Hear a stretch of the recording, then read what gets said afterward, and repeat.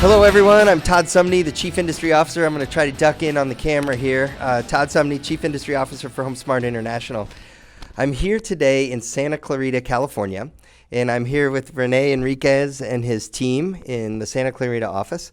And we are going to talk about goal setting, about Rene's story, about how he got started in real estate, how his team now has come about, and what their goals are for next year, what their plans are to grow their business. Now, the impetus for this podcast started because we met at the California Association of Realtors last year, where we met before, but we were there at the event and we were talking, right, and we were having a conversation, and you said something that really stuck out to me, which was, look, if I just do 5 or 10 more deals next year, right, I can make, X amount of money more.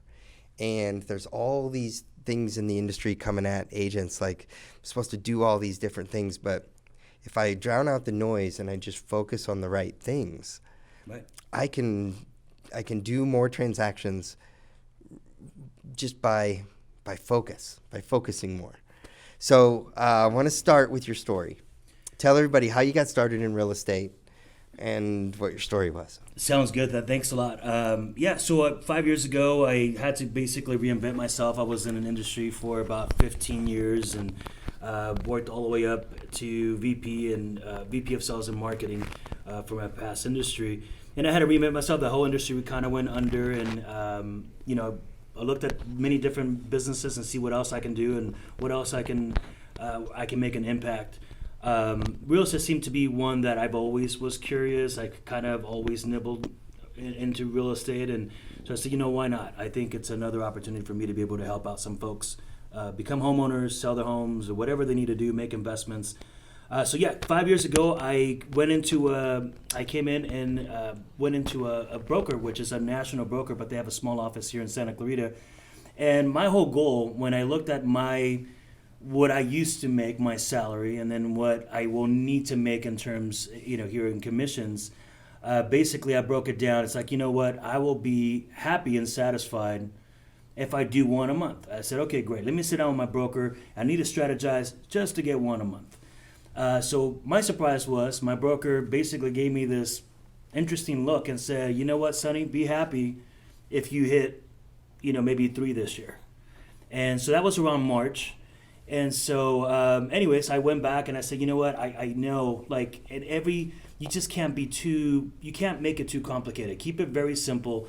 So for me, it was just get that 1. If I get that 2, fantastic. But it's for sure, I must hit that 1. So, commissions out here are going to be 10, 15 grand. Obviously, you have taxes to pay. So I had some math. But that was my bare minimum expectation. So I hit, what did I tell you guys? 18, 19 transactions in about 9 months. So awesome. That's just what that simple mindset, right? No real marketing. I did a ton of open houses. You just gave a class on doing open houses today. But I was telling the girls earlier that, I will do 4 open houses on a weekend. So I will do one in Castaic, one in Valencia, one in Canyon Country, and maybe I'll come back to Valencia. What ended up happening is I was seeing the same people going around. So with all the signs and stuff that I had out there, I kind of became known as the guy who was always doing open houses out there, right? So this guy must know something because he's always doing something, right? Right. So that's kind of, my business has always been very from the ground, I guess. There's really not a whole lot of bells and whistles. There's been a lot of sphere, a lot of LinkedIn contacts that I've had from the past, family members, my kids' soccer games. There's always an opportunity to talk real estate. Everybody loves to speak real estate, right? So, And again, it's not like I go out there and like, hey, I'm in real estate every single time, right? But it's more like I'm more curious about and interested in that individual, right? And yesterday I gave Itzy a class about this because she's a younger generation. They text a lot and all that, so which is fantastic too as well. But I'm more of the school of thought from Dale Carnegie, right? Like how to win friends and influence people. And it's always putting the other person's needs first versus your needs. And basically be genuine to that individual and really be curious and figure out how can I help that situation. How can you help? How can you serve? How can I help? Yeah. Can I help? Can I insert myself in my services and be able to help them make that move? Right. So that's always been my principle since day one. Right. A lot of hard work, a lot of I guess hustle. You got to be out there. You got to talk to a lot of people. Right. Pass out as many cards as possible. Right. Door knocking. Doors got shut down on me. Or get people into your phone. What? Yeah. Okay. Right. Put my phone. Okay. That's a new strategy. That's new Yes, strategy that's right there. strategy. Yeah. Cards is an old school thing. Yeah. For me now, So. after today. Yeah. But yeah, that's kind of how I started. And then So hang on real quick. So Okay. first listing, what was it? my first Or listing, first transaction? First transaction, buyer or seller? So my first listing, actually a First transaction. first transaction. Was it a buyer or a seller? It was a seller. It was a seller. Yes. So So- first one was a listing. That's unusual. In Santa Clarita good. Valley, it can be over 100 degrees. It's a very hot town, right? So here I am. I'm door knocking. I'm wearing I was wearing a suit and tie, and I was door knocking. It's 105 degrees, and I'm up the Santa Clarita Road, right behind Seco, and I'm door knocking. No luck. I'm even considering taking a pay cut and going back to my old job. So you know what? Maybe I should swallow it and just go back and talk to some of my old managers and say, hey, you know what? I'm willing to take a pay cut, whatever. I'll start recruiting myself. I'm having these thoughts as I am walking down the street. So I was completely intimidated now because, prior to having these thoughts, the door got slammed on me and they told me to go take a hike and I'm good for nothing and all kinds of stuff. So I didn't want to talk back. I just walked away and I was like, man, it's super hot. This is not my day. This is probably not my career. This is maybe a pipe dream. I shouldn't be doing this. I got 4 kids at home. There's no way, I cannot continue with this, right? Right. So I'm having these thoughts and I might have skipped 10, 15 homes. I don't know. I mean, I skipped a lot of homes because I was afraid. Right. I was Okay. afraid. I didn't dare. And then something just kind of got into me and I get the chills because this was kind of basically the turning point for me where you have those insecurities. I had those insecurities at that moment, and then something kind of just told me, you know what, dude, just do it. Go out there and make it happen. So I door knocked the next home, and so the next home, very nice little older lady that came out and says, "Oh, honey, what are you doing out here? It's burning. You're red, and you're wearing a jacket and a suit. What are you doing?" I said, "Oh, ma'am, I'm just trying to earn a living." And this is what I'm doing. So and she asked me what I do, and I said, "Hey, this is what I'm doing. I'm a realtor in town. I'm trying to find somebody that wants to sell a home." He said, "Well, you came to the wrong place because I've been here and I'm probably going to die here. I'm not looking to move anywhere, but my friend Lucy down the street wants to sell her home." So she makes the phone call. I go down and I meet Lucy, and that was my very first listing that I got. I just got like chills on the back of my neck too, because you Yeah. were right at that point where you're like Yeah. wanting to give up. And I know for so many agents we have days like that, right? Yeah. And just kudos to you for just powering through. And then now look at the successful career that you have and how many people you've helped. So that's awesome. So you met with Lucy. Yes. You got your first listing. Got the first listing. Okay. And then I got 3 buyers out of that listing. So you did open houses too Yes, on her I did listing. every weekend. And then you So- met other people. Absolutely, man. So yeah, it kind of just snowballed after that. You know, Okay. I even had an old boss of mine says, "Oh, you can sell my house, but I'm only paying 2% commission." And it was almost one of those coin toss. I had like a 20-day thing for me to be able to sell it, for me to get full commission, exclusively or whatever. Right. I was able to beat those odds. So I don't know. Maybe I just got lucky. Okay. But through So you that- sold it within 20 days, Yes, got I the did. full 3%. Got the full 3% for awesome. myself and was able to pay Woo! somebody else. All right, good job. See? Again, All right. So, Okay. so these things can happen. So if you're out there kind of struggling, I mean, I've probably struggled and still do, to this day, so it's not something that just kind of went away. I still have those insecurities. Sometimes I don't know what I need to say, and we put so much focus, but then you got to take yourself back and say, no, you got to listen, man. You got to just Right. ask good questions. Listen, what are the needs? Again, insert yourself in your service. What can you do to help this individual? So if you always have clear conscience and you know what you're doing, you have the right intentions. People can see that. Right. There's no hook or jab you can say that Right. is going to change that. It's more just listening, just be genuine, be yourself, and people Right. can see that, and they know that you really want to help and you really want to work hard for them. That's awesome. So then that snowballed into 19 or 17 transactions in like 9 months, right? Yeah. So what did you do during those 9 months, if you were to say 5 things that you were doing? So one, you were doing door knocking, you were doing open houses, but what else? Yeah, so did door knocking, did that a lot of times, and it wasn't my most successful method, but I did get that listing that very first one, so I didn't abandon it completely. Right. But one of the ones that was huge for me was open houses. Okay. And just doing multiple open houses every single weekend. I was calling other agents to do their open houses. So I was doing 4 open houses. I will have a morning shift and I have an afternoon shift. And there's times when my wife will call me and it's like, oh, so how's it going, honey? And I will say, well, not one fly. We don't have anybody here today. And then sometimes just that one person that walks in, that's all you need. So you don't need to have a super busy, open house, but just continue to stay busy doing that religiously every single weekend. That was my thing. I would do open houses. So you were talking earlier, you used to do them in 4 different places. Right. So you gradually earned this reputation as, right? Yeah, that was funny because... the guy who's doing open houses. Yeah, it's the guy and the guy who doing open works. houses. The guy who works. I actually, no, I had an agent recently tell me that they only do open houses. That's all they do. And they said that people notice.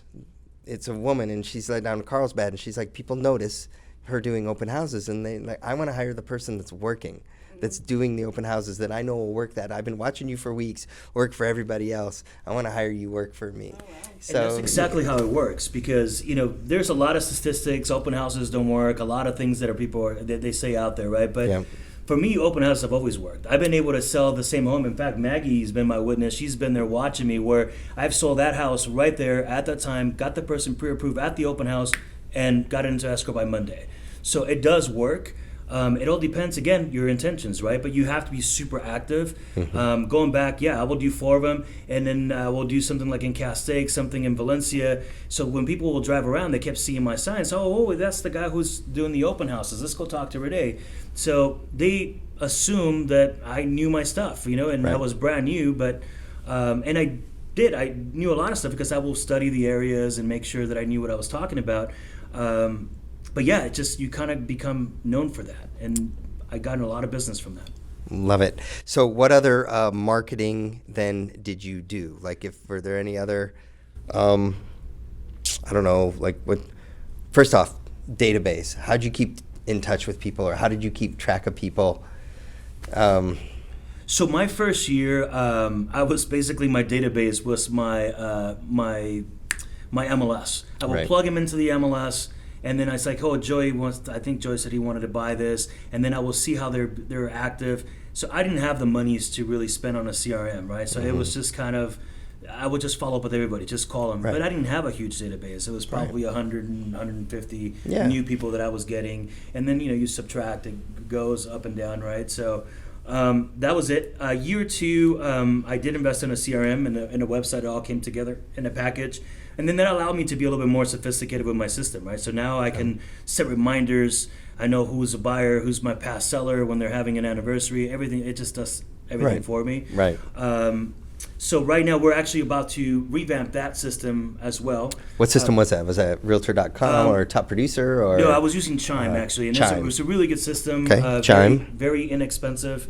But we're changing it to I don't remember the name of the company, but it's a brand new development out of Texas, a new website, CRM, with landing pages. So we're getting a little bit more sophisticated with our process. But Right. But yeah, you got to stay on top of them. For me, it was always Mondays. I had to make a ton of calls. I've always been pretty decent on just making calls or being organized enough to say, okay, I got to call so many people today.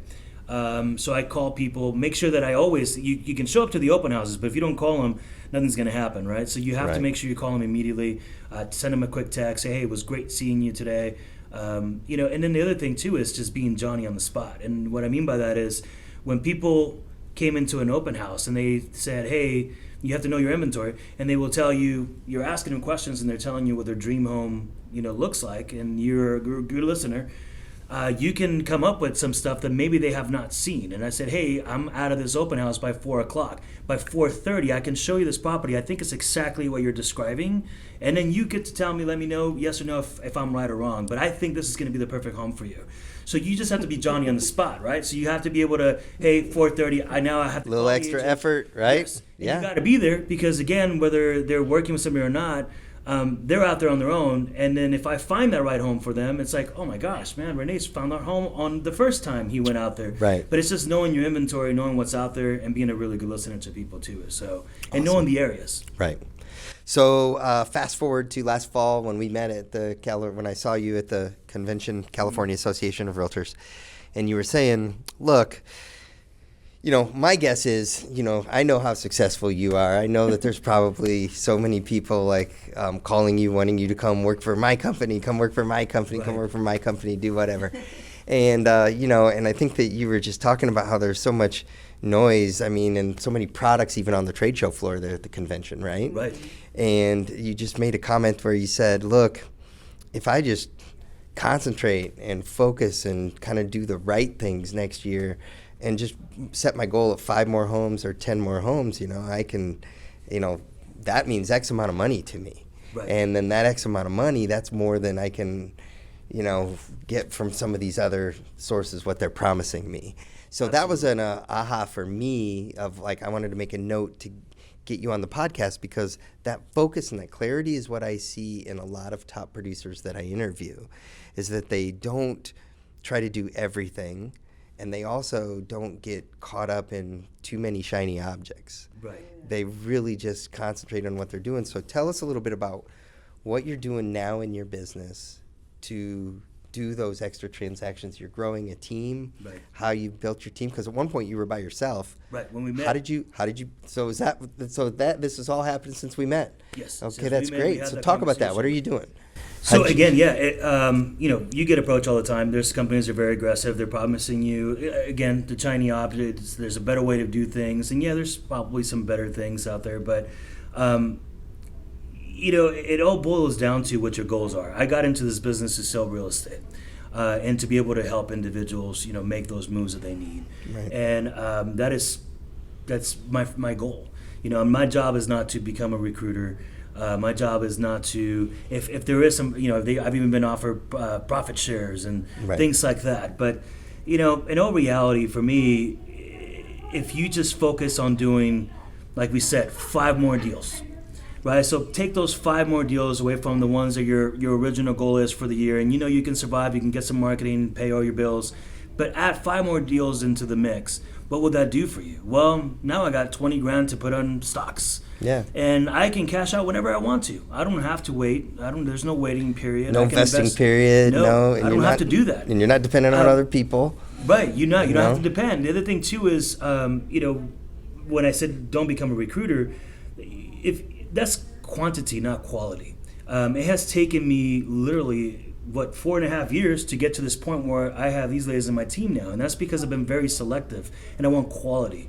I want people that are going to see things. They're going to put service first. They're going to put those clients first, and not their needs. Right? We're not here to sell homes so I can have a trophy or put it on social media and, oh my gosh, I'm number one, or I'm going to give myself a silly name. I'm more so like, hey, we got that job done, and people can see our activity and they know what we're doing. And I believe that these girls here, they possess that. They have that in them where they know that. So I'm going to be showing them how to do that same thing for themselves, right? How to start out with 1, then 2, then 3, and then add those 5 new deals or 3 more deals or whatever that number they want to make it.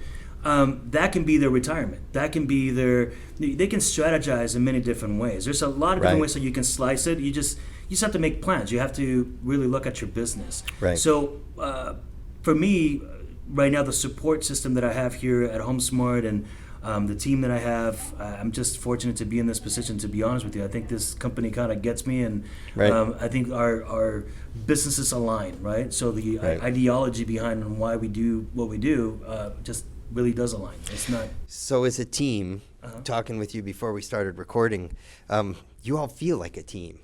Like you feel like it's like one goal, one effort, and can talk a little bit about what you're doing, like what are you doing in the next 3 months, and talk about that teamwork, how you all feel. And so my team format's a little bit different. They're all like individuals. We all work together. This is our team, but I want them to individually be successful. I want them to feel those wins. Super important. This is not one of those teams where I've seen and I've heard things in other places where, the person's probably making 25% out of that commission and they got worked as a slave. This is not one of those situations. Okay. We have a very generous way of, this business is very generous, first of all. So there's a lot of money to be made. We can take care of our families. But our goals is very simple. I got to get each one of these girls to do what I did in my first year. And I think if they can do that, even if they just do, I don't know, 75% of it. They're gonna beat you 20, right? Well, I know they're going to. 20 your first 9 months. That's the goal. competitive. Okay, Well, yeah. competitive. I like that. And that is actually Hey. it's very attainable because we know more now, right? Right. I was in a very old-fashioned old way of doing. There was no new ideas. My broker laughed at me when I said I wanted one deal a year, right? Right. I know if I would have came to you and I says, Todd, I really need one a month, you would have said, dude, you can do 5 a month. Let me show you how you can do this, right? So that's the biggest difference, and I think that's what these girls have, and that's the opportunity that they have in front of them. So, and then they have my support to be able to, and I think, they can tell you themselves, they've been doing a lot of the open houses, they've been following a lot of the same principles, so they're out there doing their stuff, so it's just a matter of time where it all comes together, and then, they are. They can tell you next year. What? Yes, So how about- definitely learning from the best. All right, so we're going to pass the microphone here. Oh, okay. And Rene doesn't know we're going to do this, but I want you to tell me what you appreciate about Rene and what he's done for you since you've Oh. joined the team. Okay, And absolutely. what are some things you've learned from him? Okay, some things that I've learned from Rene is honesty. He's very straightforward and tells it like it is. I love that. And with that in mind, also, his character just shows through every opportunity that he has to serve clients. And so it really, I've seen him from the outside, seen him, and I know of him. And so I was a little afraid to approach him because I had him in like a pedestal. And I was a little bit of afraid to see what he would say if I asked him if I could join his team. But he was very welcoming. And to be honest with you, I've learned so much more in the last, month that I've been with him than the last 2 months that I was all on my own. So, yeah, Right. yes. That's awesome. How about That's you? cool. I'll pay you later. So I learned. Hold it up here. I've learned a lot Okay. from him. I see him more kind of like family because that's how he makes me feel, at least. He's a very humble person. Considering his position in the business and how successful he is, he's very humble. And I've been in the business since 2003. I've been in the mortgage side, but so I know the industry. I've met a lot of people in the industry, and he's willing to teach. He's not wanting to keep everything to himself. He's not greedy about anything at all, which to me it's important because all we're doing is trying to learn, and he's willing to teach. As long as you're willing to learn, he's willing to teach you and go above and beyond to get you to where you want to be. It's kind of like the old saying, if you help yourself, I'll help you. And Right. he's like that. Awesome. So how did you join up and hold the microphone right here like that? How did you join? Did you ask her, or did she ask you, or did you meet? How did it come about? That because it was 6 months ago we were in the association and you were by yourself at that point. Okay. Yeah, she was there. I was there, but Okay. we drifted apart. Okay. Yeah, she was there with me. So Elsa and Maggie, we were both part of a different organization that, for the community, in the realtors community. Mm-hmm. And so we had an opportunity to work together, and, we just, we had that bond from there. She was in a different team. She was not getting any success. She felt like she was wasting her time. We had that conversation. I said, hey, I've been waiting for this moment. I want to have somebody good that has heart. Because for me, that's a lot more. I don't care about how great you think you are, but if you have heart and you're willing to roll up your sleeves and do some work, I want to join you. Let's make this work. And the same thing with Elsa. I think Elsa had this very similar experience where, she was not a different team, but it's the same thing. Hey, come on over. I'd love to have you on the team. This would be a great opportunity. This is what I've always wanted to have. Is to have people that have heart and they're willing to go out there and do the work. So Right. it's great. And then Itzy, I just got lucked out with Itzy because I met her through Maggie. Hey, okay. You keep that one. Okay. Keep that one. But, Yeah. So you. Itzy is brand new. She's kind of our assistant right now. She's kind of just putting things together, getting our calls, and just cleaning up our database and stuff like that. She's actually going to be graduating soon from Northridge, and so she's doing really good. But she's now developed this love for real estate now too. I can see her eyes. It's like, I told you you're going to like this. I don't think you want to do that. You want to do this. So, but yeah, she's having a lot of fun here. These girls are extremely knowledgeable when it comes to real estate. So she's really picking up a lot of great stuff. So anyways, there you Yeah, go. I mean, part of the reason I've become so interested is because of Rene. Like, I can see that his heart's in the right place and that he sees himself as a piece to the puzzle. Like, he sees the bigger picture. And it's one thing when you meet someone or when you meet a boss and he can, like, tell you everything you want to hear, all the success he's done, but like Maggie said, he's really humble. And also, like, when he meets clients, it's one thing to, like, talk the talk, but he also walks the walk, you know? And I think that's what really defines a person and gives them integrity. Oh, thank you. Yeah. That's pretty cool. Oh, that's great. So what, let me borrow that for a minute. So what drew you to real estate? Like when did real estate first come into your mind as a potential option? So I had a friend, he was a realtor, and he actually knew Maggie, and we became really close friends. So he introduced me to her, and I saw, you know, everyone was kind of proud of him, of having achieved so much at such a young age. And I'm in the business department in our school, so I was in the insurance and financial planning field. So, but I never really thought of real estate because, like I said, I always thought of it as a traditional, everyone's out to get everyone. You know, no one cares about anyone in this business. But I think in this team, like, I can see that's not true. And I think that's something really rare to find. Awesome. Okay, so we're gonna wrap it up here. This has been great. I mean, I love your story. thanks, man. And it encourages me. It encourages me for all the other agents too, because you have been so successful, but you've been successful just because of who you are. Like, you are just a good serving person. We've done some research, you know, about what the difference between top agents and other agents, and some of the research is empathy and caring for people and wanting them to be successful, and that really comes through when I talk to you. So, but just to hear your story too about how close it was to, like, giving up and then where you are now, I love that. So everybody out there, take heart, and also just, you know, work, do the right things, and you're never more than one conversation away from really having some things, you know, change. And that's even on a given week, right? Right. Yeah, in a given week. And if you ever feel like that, just call me. You know, just my phone's always available. Give me a call. Yes, Give them your please email do. address. Yeah, yeah, Always you. yeah. So if you feel like this is it, you can't do this anymore, you don't know where your next deal is going to come from, call me. I mean, we can. What's your number? My number is 661-565-4979, or you can email me at scvhome.enrichment@gmail.com. So either way, I'm be happy to help, man. I love doing that. That's my passion. So I love it. Well, I thank you for joining us here today.